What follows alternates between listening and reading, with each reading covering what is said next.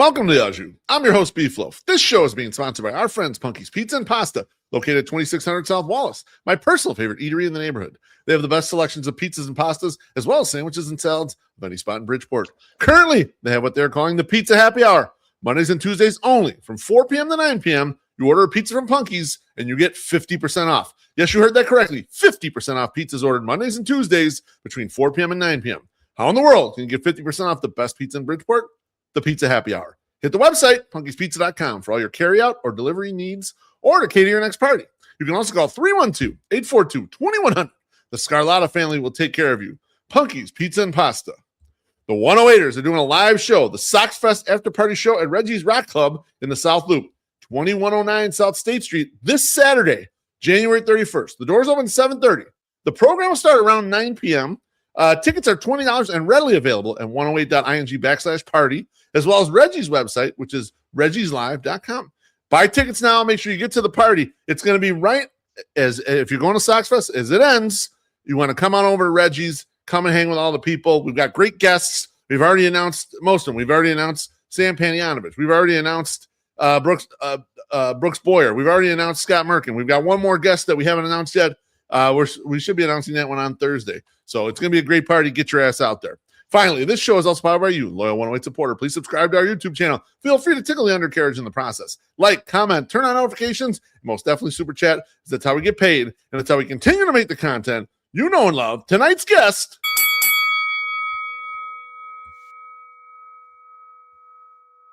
He's one of your favorite guests on the show, also one of mine. He's an agent of chaos on White Sox Twitter, also being one of the sharpest minds around. I know, thinking critically about the team. That's not to even mention his allegedly enormous genitalia. Alex Rude, welcome back to the Au Jus, my friend. I was going to work in that you were runner-up too, but I was like, no, it flows better this way. I'm just going to leave it in. Yeah, it works. I'm doing good. How are you? Really good, really good. I was glad that in between the last appearances, you and I got to have lunch. Sean Anderson happened to be there too, and it was because I was paying off a bet to him. But really good to catch up with you that time and get together. So, but you and I have not talked on here about White Sox in a while, and a lot of shit has actually happened. A rare White Sox offseason where some shit went down, and so I wanted to kind of get in with you on some of this stuff. And the first item I want to talk about is something that I think you and I have spent more brain work on than just about anyone else out here, and that is Grady Sizemore. Grady Sizemore was allowed to seek other opportunities coming into this offseason. The end of the year, Will Venable kind of just decided he was going to chop out a group of his coaches, and they're going to go out into the marketplace and try to find new ones. And Grady was one of the ones that was on the chopping ground. And he ended up as a base running outfielders coach in Minnesota. What does that signal to you about his contribution with the White Sox, Alex? What happened here? No, I don't really have any strong opinions on Grady, to be honest. I guess you could say the Sox viewed him as expendable by letting him leave so easily, but I don't really think it signals much besides Venable would rather have his own guys and just didn't really care about all the holdovers from Giffall. Also on that staff, Michael A. Taylor. Oh, I didn't realize that. That's where he went to. Okay, so he retires and he jumps on that staff there. Yeah, that was interesting because if you run all the way back to when they fired Giffall and they let Grady be the manager, it felt like, Getz and Josh Barfield and the crew there were pretty enamored with Grady, so much so that they wanted to make sure he was actually in the dugout with Will Venable's first year, because he was the offensive coordinator, if I remember correctly. It was the title they created to put him in there. I thought it was odd that it was just sort of like, all right, you're in here, we love you, and now it's just like, all right, go see what you can find out there, and not a move somewhere down in the minors or somewhere up in the office there. It was a bit curious that they fell out of love with him so fast. Yeah, it's actually really crazy now that you think about it. They even made up the fake position for him. Yeah, exactly. And then it's just like, okay, that's it. I guess maybe what we're seeing here, and this has been a Getz trait so far since he's been hired, is once he realizes something's not working the way he thought it would, he just rips the Band-Aid off and gets rid of it. I mean, they were quick to get rid of the Dom Fletchers of the world and turn those things over. Maybe he's like that with everything. Yeah, honestly, that's pretty good trait, being willing to just bite the bullet and pull the Band-Aid off. Yeah, no question about it. Now, the White Sox, I was in Vegas when this happened. The White Sox signed NPB slugger Munetaka Murakami. I was pretty hungover I slept. I was still asleep for an hour. One passing, given the thing, I rolled over in bed. Everyone else was up doing stuff, and I looked at my phone and couldn't fucking believe it. Like they had actually made the signing. Now, does it scare you at all though that the White Sox were the ones who were able to make the signing, the ones that had the model with the highest value, at least theoretical, or do you think they just made a good risk management play and said, well, the other teams are kind of ballless? Treasy said the other teams don't got balls no more. Let's take a gamble here. What do you think about the signing, Alex? Considering the contract they gave him, I don't think there's anything to be scared about. Like, it's as low of a risk gamble as the Sox could take. I was actually impressed that they took advantage of the opportunity to sign him, considering like how depressed his market was compared to the expectations. Yep. It's a perfect fit for both sides. If he sinks, they can cut bait easily. If he's good, they can either extend or flip him. Don't get me wrong, there are valid concerns about his offensive profile and how it will translate. So I can understand why a team in contention would be hesitant to sign him. But for a team like the White Sox that can give him the long runway to adjust to MLB pitching, it's a no-brainer, more or less. And like Jeff said, if you hit 50 home runs at any level, the power's probably gonna translate. Yeah. Now, are you fearful, as I am a little bit, that because of the profile of the player, that Sox fans might turn on him quickly? Or do you think the goodwill of he's coming all the way from Japan and there's a little more understanding of like, hey, adjusting to the game, that sort of thing? Because this group, I remember back 15 years ago when Adam Dunn showed up, and they were hostile towards Adam Dunn through that tenure. I was going to ask about how it was like during the Dunn era, since not to make you feel old, I was in high school when Sox fans were not happy with him at all. Even in the 40 home run year, people were like, this asshole strikes out too much. Get him out of here. Oh, yeah. It's going to be interesting. He's going to strike out a lot, but he's going to hit a bunch of dingers. So, yeah. No, absolutely right. And I with regards to risk management, I think that the White Sox are really taking lots of gambles. Some of them much smaller than this one. This is the biggest one that they're taking. But I've been impressed with their interest in trying to gamble on some stuff, take some shots. The Rule 5 shot. You know, they hit on 2 Rule 5 guys last year. They're like, fuck it, let's run it back. 2 more Rule 5 guys. I don't know if those guys will make the roster, Alex, but like, I just like that they keep going for it. It's very encouraging to see, in my opinion. Oh, yeah. It definitely is. They're trying to like get value any way they can, whether it's the former field prospects, as we'll talk about later, or like the Rule 5 picks. Like, they hit Shane Smith pick out of the ballpark, and there's some unrealistic expectations about Rule 5 picks going forward, but it's been pretty helpful so far. Yeah, no, there's no doubt about it. No, a surprising thing to me, and and it was perfect timing having Jeff passing on right after Luis Robert Jr. trade finally broke. It seems like they were trying to trade him for years here. Did the timing surprise you at all? That it finally happened kind of like right there in January? I'm honestly surprised it finally happened more than anything. Like you said, it's been years that we've been talking about this. I think all the way back to 2023. Yeah. About a potential Luis, or Louis as Getz calls him, trade. I'm glad more than anything, I'm just glad it's finally over so we can finally move on and just turn the page on the last core. As far as the timing, it didn't shock me that Luis was who the Mets pivoted to after losing Tucker. Putting him in a lineup like the Mets, it's probably the best situation for him. He doesn't need to be the first guy or even the secondary guy, with Bo being signed as well. Right. And the return was probably as good as they could get for Luis at this point without paying down the contract. So Acuna is interesting. Maybe with the consistent playing time, he shows something with the bat, but not going to set expectations too high for him. Only gripe with the return in the trade is that Acuna is out of options. I was on Roster Resource today, and the Sox are currently projected to have 6 guys that are out of options just in the position players alone. Yeah. So I would have preferred somebody with flexibility to be able to send them down, but well. I'm glad you brought that up, Alex, because when you start looking at what the roster might look like, the White Sox are either going to have a lot of guys that they cannot send down kind of making the team, or what they're going to have is when they start getting to final cutdowns, a lot of 40-man room and the ability to claim guys that maybe have an option or 2 still left that other teams are kind of discarding or going to move off of at some point. So it's really interesting because the Curtis Meads of the world, the Brian Ramoses of the world, obviously Lenine, Corey Lee, there's a bunch of these guys that just don't have options left. You're kind of boxed in with those. Herrera, Hill, like their entire like bench was projected to be out of options. Yeah, that's right. Now, with regards to the return, I kind of like the way you put it. Like maybe you give this guy some run, and we do start seeing something out of it. What I've read about him is that the defense and speed are carrying tools in this situation, and so it's like, can he get to enough meaningful contact? It seems like he's not a guy that strikes out a ton. I think he's in like a high teen strikeout rate type guy, but it's doing something with the contact. It's apparently last year he was just an absolute ground ball machine, and that they're trying to get him to hit more line drives, trying to get him to hit for more power. There's bat speed there, but it's turning into nothing at this point. Mm-hmm. Yeah, I saw like after the trade, somebody, I think it was Meekville, tweeted out his spray chart. It's like a bunch of like ground balls, like no home runs. So welcome back, Nick Madrigal. Exactly. Except maybe he'll have the good baseball IQ, speed, and defense that Madrigal never had. Like I was hoping for that. What do you think is going to happen with him, Alex? Like right now, there's been a lot of talk. Obviously center field's opened up because Luis is gone. He's been playing outfield in the winter leagues and has played a little bit in the minors.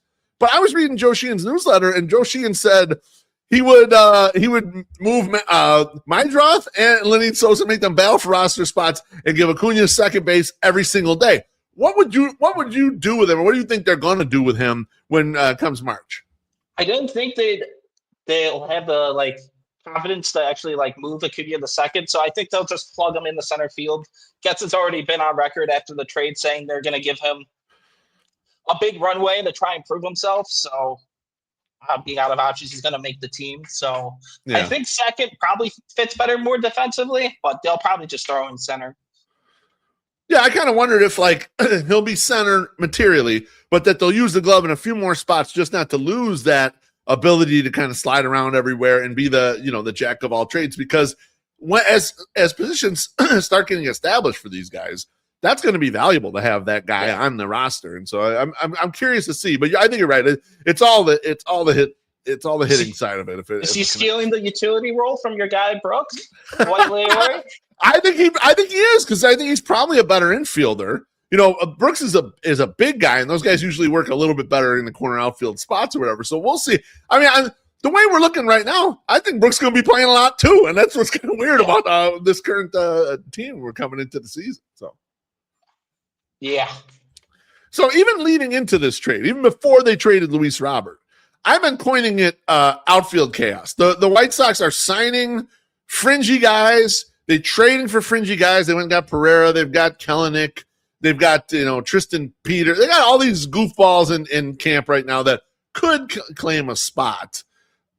Post types, out of options, everything. Where are you on the strategy of let's just throw a bunch of outfielders at the wall this year and see if any of them stick? It feels like their bullpen strategy from the past couple of years. Hopefully it works out a lot better. But yeah, it's interesting to say the least. Like I said earlier, Getz and co love taking their chances on the former top prospects. It's something they've consistently done the entire tenure. This is just being the latest example. Feels pretty clear that whoever the opening day right fielder is, it's just a stopgap until Braden is ready. Yeah, I'd feel a lot worse about the strategy, though, if they didn't have a winning the wings. But I'd much rather that stopgap in right field be somebody who's proven as an MLB player instead of all these reclamation projects. So you would prefer, had they signed, I don't even know what comes to mind. I mean, not Michael Conforto. I think you wanted a regular guy who can still play in a position, play in right field, and just say, look, 1 year contract, you're going to get $15 million or whatever, and plug the person in, as opposed to trying all this. Brooks Baldwin's going to play a lot in right field. Everson Pereira is going to play in right field. It'd be interesting to see. Yeah, more on it later, but I think someone like a Starling Marte, a consistent veteran, above average, but yeah, it's a lot better than Jared Kelenic, who debuted the same year as Andrew Vaughn and has been given chance after chance, and pretty bad. Let's look at it this way though too. Don't you kind of hope that this is the last year where they're able to give these type of opportunities? That was the way I was looking at it myself. I was like, I felt like they're still in accumulation mode at this point. And I hope that when we get to 2027, we don't feel that way anymore. We got a couple 4-win players on the roster. We got what's looking like a budding rotation. It's you better put some real dudes on this roster as a free agency. Yeah. I feel like this is their last chance to do it, but I could be wrong. No, yeah, I agree with that. Yeah, I mean, I just sort of think until someone posts 4 wins, Colson, Miguel Vargas, Kyle Teal, that's when I'll start feeling a little more serious about this roster. It still feels to me like we're still in the rebuild as much as everyone wants to be out of it after a hot July and August of last year. Yeah, still not at the fun bad stage yet. Well, I think we're getting there. We've had fun bad glimpses. That's why I had to get the shirt out there a little bit early. We're priming up for it now. Alex, were you surprised that some of the saved money went immediately back out into the marketplace and acquired Seranthony Dominguez to effectively be the White Sox closer? Honestly, I was surprised how quickly it happened after the trade more than anything, but I've been pretty clear in the past how I feel about the previous regime's bullpen spending, but I get why they made the move here. When we were talking heading into last season, I thought of a lot of the year-over-year gains in the win column would come from regressing the means in the one-run games because they were awful under Grifol, and boy, was I wrong. They somehow got worse.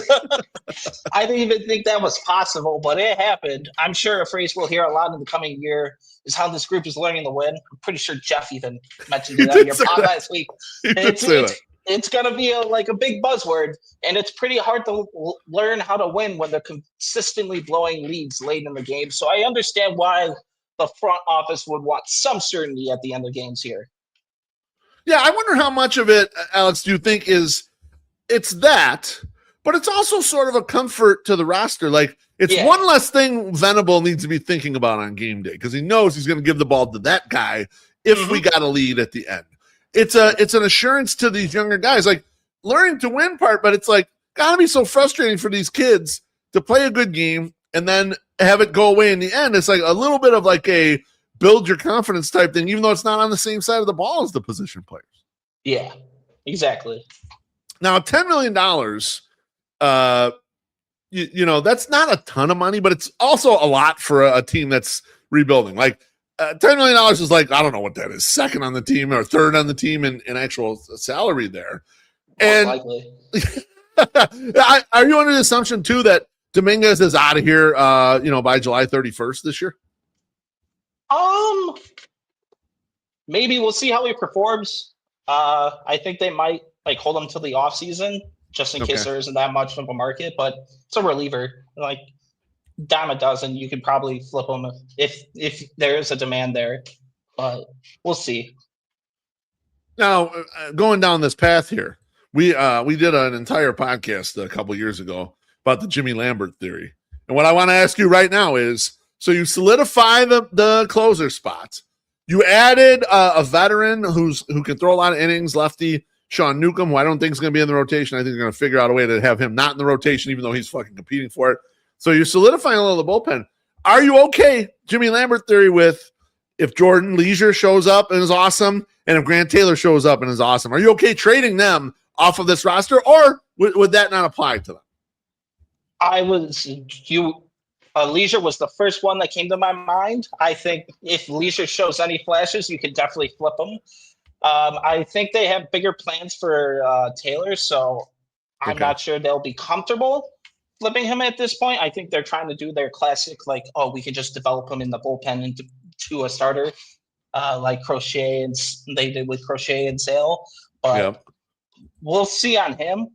I wouldn't mind selling high, but I don't think the front office would. Okay.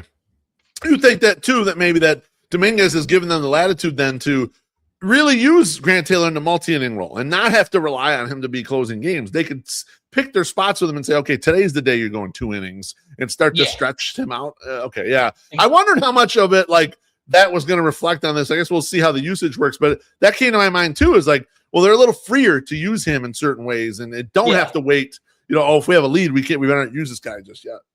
Mm-hmm. The same with Newcomb. You can use him in the multi-inning role once he loses his starting spot.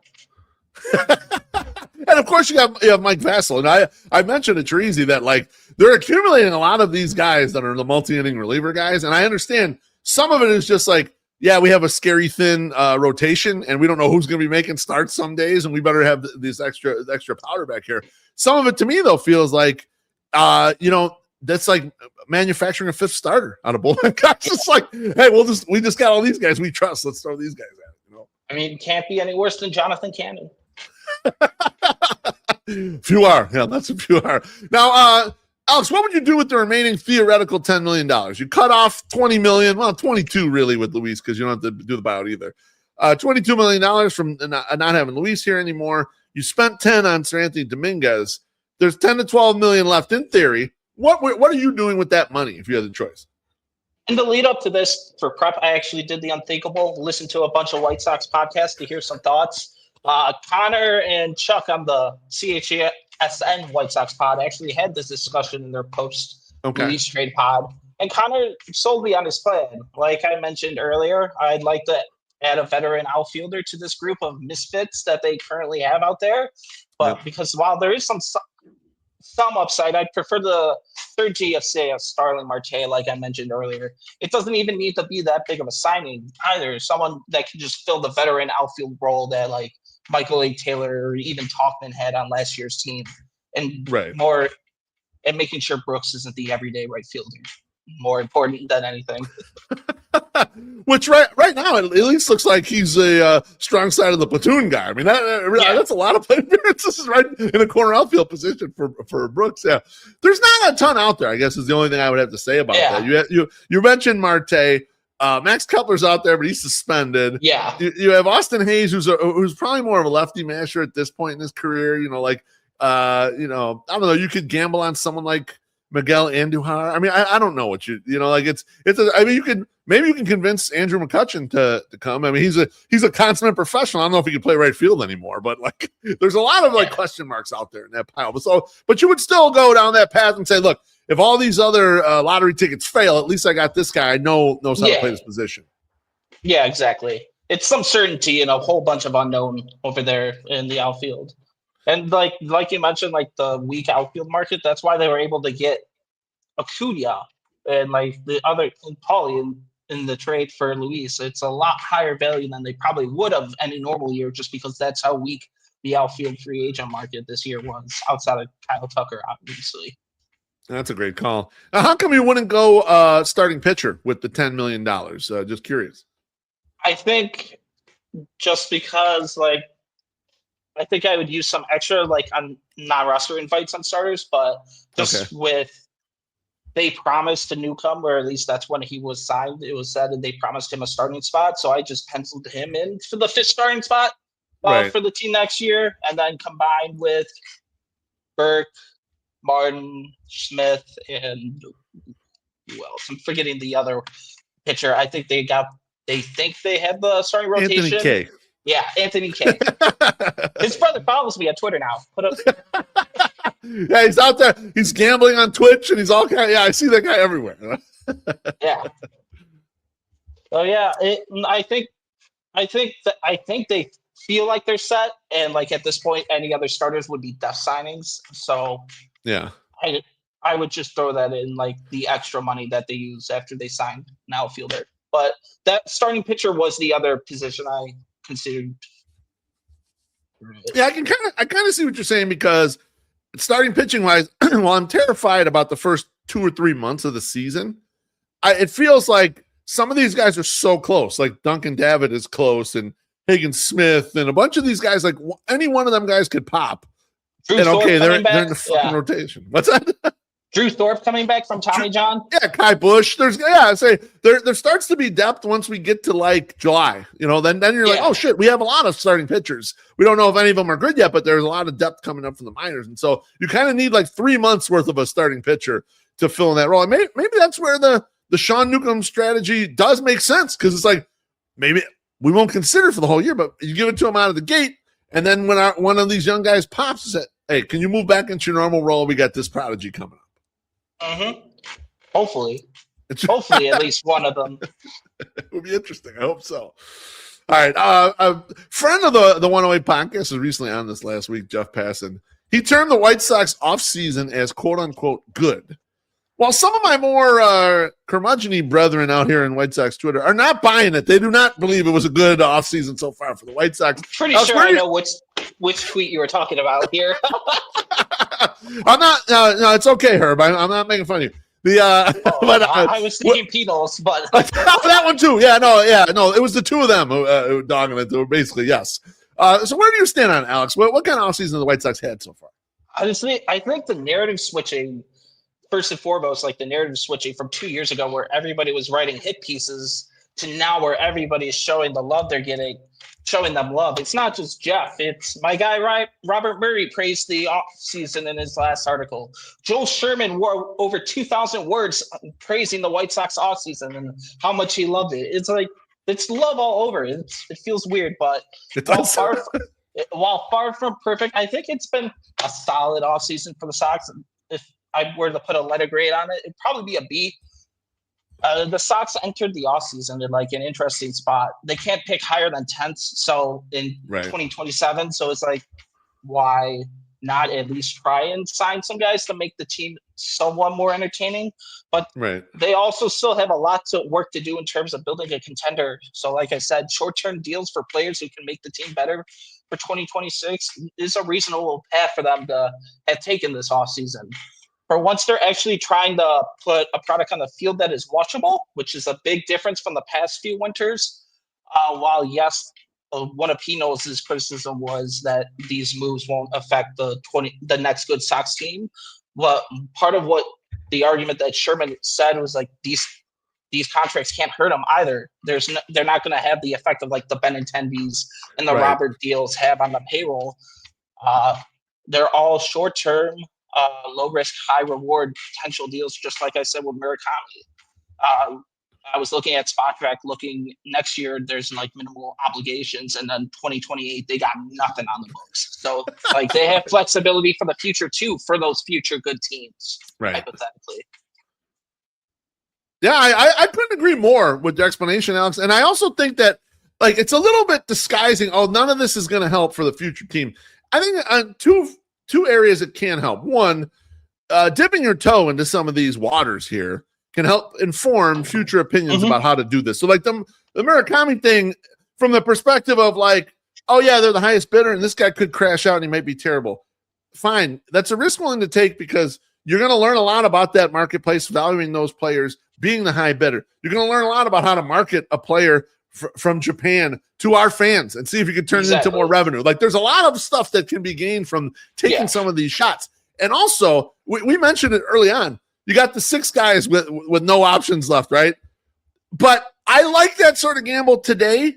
If we get to 2028 and we have that same thing, it's reckless, right? You got to be in better shape. So like now's the time to take these gambles. Now's the time to, on the edges of the roster, try to find a 2-win player no one was thinking about, and you were there to scrape up. So I don't agree with the thought process where you didn't sign any impact free agents, so it doesn't mean anything. It's still a meaningful offseason. One of the more blunt points that Sherman made in his article glazing the offseason, the White Sox are still not considered like an attractive destination for most of baseball. There's a lot of goodwill that the White Sox need to like make up make up for all the like 40 years of Jerry nonsense that they have to like overcome. So like these little deals, like taking chances on guys and it works out, like that's goodwill, like especially with like agents. Yeah, Jerry's been trying to break unions for 4 decades. Like that's that's tough to overcome. That's tough for free agents to like, fine, I'm gonna sign with that guy. Like can't forget all the controversy over their fucking plane, the team plane. Which was funny. It was the exact same plane the Toronto Blue Jays had. The Blue Jays went to the World Series. So I'm not sure the plane matters that much, but it was hilarious. I loved it. I can't believe like that was the entire basis of like a hit piece. Most ridiculous thing ever. There's plenty of things to criticize the White Sox about. Team plane. That's how absurd it's been out there. Jesus Christ. That's why Robert is overtaking Ken. Yeah, that's true. That is absolutely true. But one last thing on this White Sox team. There's been a push and pull in the fan base on contention. Some think that, spending a lot more right now is the way to do it. Try to become a wild card team immediately. Others are more thinking about they should be accumulating. Try to keep accumulating talent. Where do you stand on kind of their point in contention as we sit right now in Jan of 2026? Well, there's been a lot of good to take from the last year and reasons to be optimistic looking forward about the White Sox. I'm not sure they're ready to contend this year, even if they tried a bunch of patchwork signings and trying to fight for a wild card spot.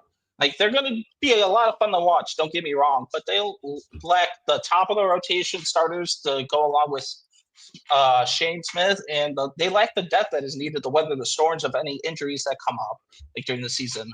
One of the things that went really well for the Sox this past year was that for the most part, everybody they brought up was stayed healthy. If somebody has to go on the IL for like 2 weeks to a month, who are they replacing them with? Brooks Baldwin and Jonathan Cannon? That's such a drop off. Like even if you think about the 2021 White Sox, like they even had like the best years out of like Adam Engel, Gavin Sheets, like Brian Goodwin came in and was productive. Like they had a bunch of depth that Jake Lamb, like weird guys that they signed. You had you remember Mercedes God run at the beginning of the season? Yeah, absolutely.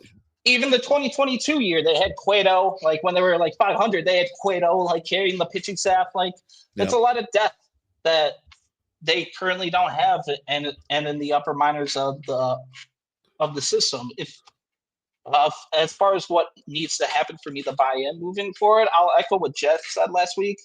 The biggest thing they need is one of Hagen, Schultz, or even McDougal to rise up and cement themselves as a potential top of the rotation starter.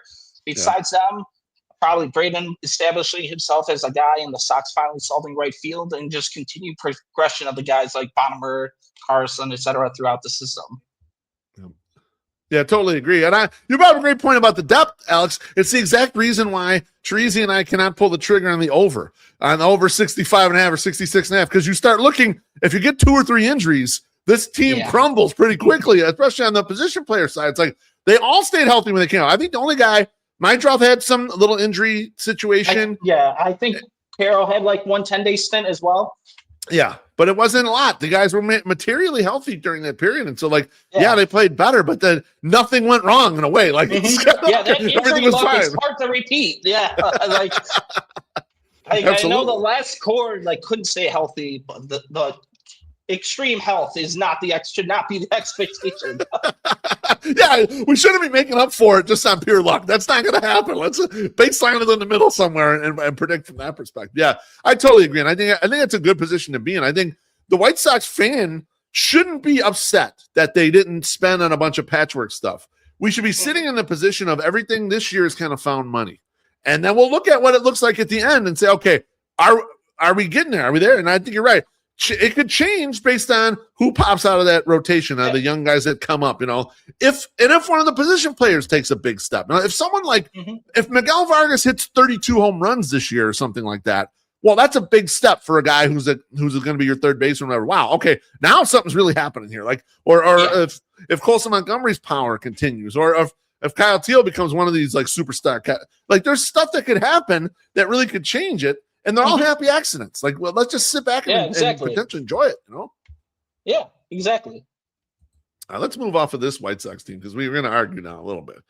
I showed you a tweet. It was after Dylan Cease signed. Dylan Cease signed a contract with the Toronto Blue Jays pretty quick out of the gate in the free agent market. He signed himself a good one, 7 years, $210 million. And I was engaging with people on Elon's X machine, saying that there was it was too much money for Dylan Cease. And you clipped one of the tweets and said, let's talk about this next time I'm on. Why you don't believe it's too much money. So go ahead. The floor is yours right now, Dylan Cease. I think it's a fair deal. I think what he got was more of a reflection of how expensive starting pitching is on the free agent market. Like I mentioned, my guy Robert Murray, all year, he was like, you're going to be surprised about the number Dylan Cease gets, because there's 2 things he does. He gets strikeouts and he stays healthy. Knock on wood. You probably will have TJ after I mention that. But Toronto may have needed to add a bit to the offer to convince him to move to Canada, considering he's country Georgia boy, born and raised, was banned from the country when we last played him when he was there. Yep, I remember that. He can't travel with the team. Him and Graveman. Yeah.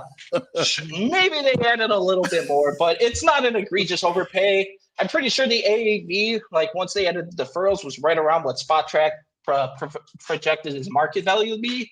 Okay. There's this Andrew Friedman quote that makes the rounds on Twitter every time the Dodgers sign somebody. If you're rational about every free agent, you're going to finish third for every free agent. Yep. Look at the Phillies with Bo Bichette. They tried to like slow play and play the long game, and then the Mets come in and just snatch them. It's like Toronto got it done, gave them an offer, and done. I guess I have no argument for what he does well. I agree. He's going to take the ball 32 times. He's going to strike out 200 plus people. I mean, this is kind of what he does on an annual basis. You're going to have some of those short starts that, are problematic in a general sense of one day. But as far as the full season, he's got you covered. However, he's never been a killer in the playoffs. He had one good playoff start. It was at Wrigley this year, and then they took him out after 3 innings or whatever it was, or 2.5 innings or something like that. It was like a quick leash on him. And so I looked at it from the perspective of, if you're the Blue Jays, and if being in the playoffs and winning playoff series is on your mind, this is not the guy that I would be interested in signing. However, you bring up a good point about not everyone would take their money.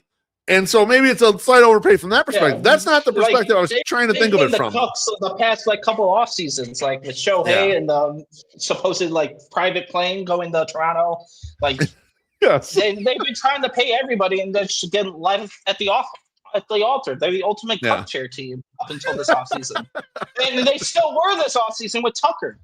Yeah, absolutely true. No, the only one they can give the money to is Vladito, who was already there and wants to stay there forever. That's an understandable person. I guess maybe from a perspective of stability, this is a great signing for them because, we're just trying to replicate what we did last year, and it's tough to get that kind of good starting pitching to go through the whole thing. It's crazy. We'll sign a real guy. Mm-hmm. Going into last year, everyone was down on the Blue Jays. They had a terrible 2024. All they needed to was extend Vlad, and everything, the entire vibe completely changed.